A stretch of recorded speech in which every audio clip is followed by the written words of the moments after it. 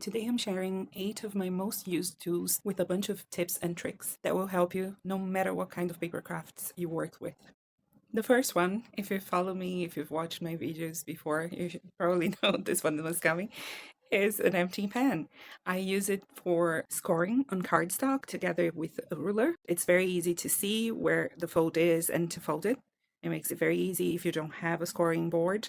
I also use it a lot with vellum instead of a stylus to add detail to my vellum die cuts or to my vellum sections, and to add dots, to add dimension. You can actually emboss on vellum with an empty pen or a stylus. So if you have money and you want the fancy stuff, of course, buy a stylus. You can buy them with different sizes, or you can use an empty pen that probably you can find around your house and use that instead. I am trying to share a bunch of substitutions and low budget options with you today in case you are just starting, or if you want to craft but you don't really have the budget right now.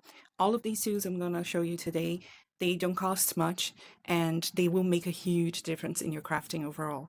I do use them on a daily basis. Most of the details from this video about the empty pen I showed on my previous video. I will link it down if you want to watch more about it. But you can just melt the tip of your empty pen and add a needle to it and you have a piercing tool. And here I'm showing you that you can also remove the blade from a pencil sharpener, melt the empty pen, add that blade, and you will have a shiv.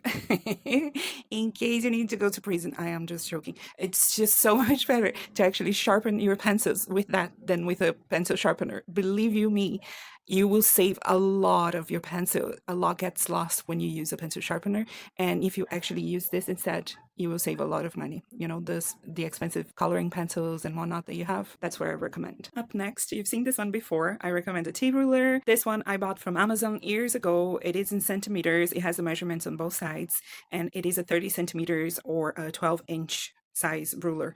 It's a bigger size because I do use paper on the longer orientation, and also I have 12 by 12. So that ruler works for all sizes of cardstock and paper that I own. It makes my life so much easier. There are smaller ones now that different companies carry, but I do recommend that you get yourself one. Number 3 is a jewel picker, and I am a very clumsy person, so this really helps me a lot.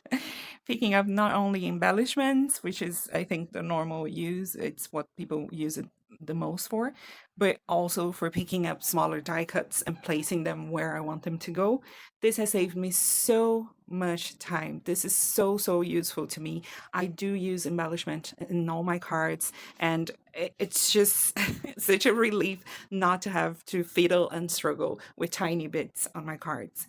This is a life-saving tool for me. The one I'm showing you on the screen is from Studio Katia, where I believe there are several different companies that carry this kind of tool. This one has 2 tips. There's a wax tip. There is the one that you use to pick up stuff and place them down.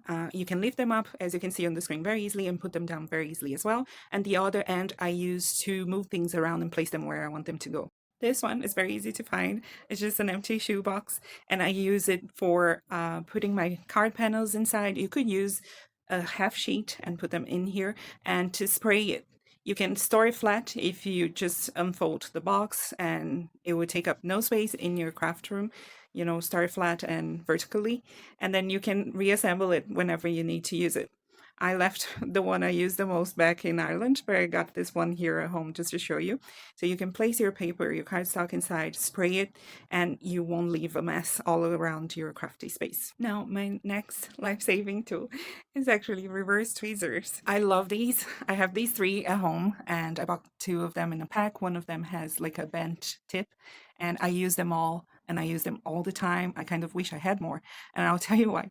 My hands and my fingers are kind of on the chubbier side. So when I have to place something down on my card panel, sometimes I can't really tell if it's centered or not, if it's where I need it to be. I can't really see very well. And when I hold it with the tweezers, it allows me to see exactly where it is. I hope you don't have clumsy and chubby fingers, but if you do, I find these very helpful. Now let's talk very quickly about different kinds of erasers. The first one I suggest that you get is an adhesive remover eraser. These are quite useful. I can give you more information if you want on my next video. And then I also have a sand eraser. I do recommend both of them for clearing up some details, you know, and getting stuff removed from your cards that you don't want to be there.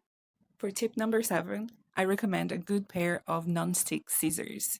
The ones that you can cut through dry adhesive, and usually you won't have to worry about cleaning them up later. But if you only have regular scissors, don't worry about it. As I mentioned on my previous videos, you can always use alcohol, rubbing alcohol, and a microfiber cloth and clean it up and remove all of that sticky, gummy stuff. And you can see more about that on my playlist with hints and tips. Last but not least, I have mentioned before the tiny glue bottles. I still recommend them immensely. But here are the adhesives, the glues that I normally use on my cards. The first one, the clear glue, is this clog glue. It has been highly recommended by a crafter I love. I'll put her name on the screen so you can see it. The white one, the big bottle, is the one that is the most used here in Brazil by all crafters. I don't know if you can find it abroad. If you do, I do recommend it. The white glue, all of them will have water. The clear glue doesn't.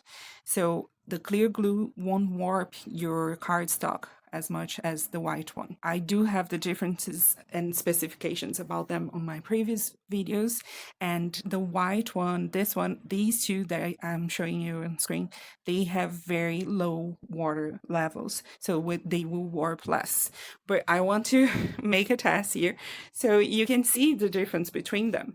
I am starting with regular printing paper. This is not cardstock, and I wrote clear and white so you can see which glue that I'm using. I am here using my empty pen. You can use your stylus if you want, and the T ruler, and I'm just gonna score kind of halfway through those panels so I can fold them easier later. I will bring together some of my most used tools on this section of the video. Here you can see the line. I'm going to fold them. It doesn't have to be perfect. I just want you to see the difference between these two kind of glues.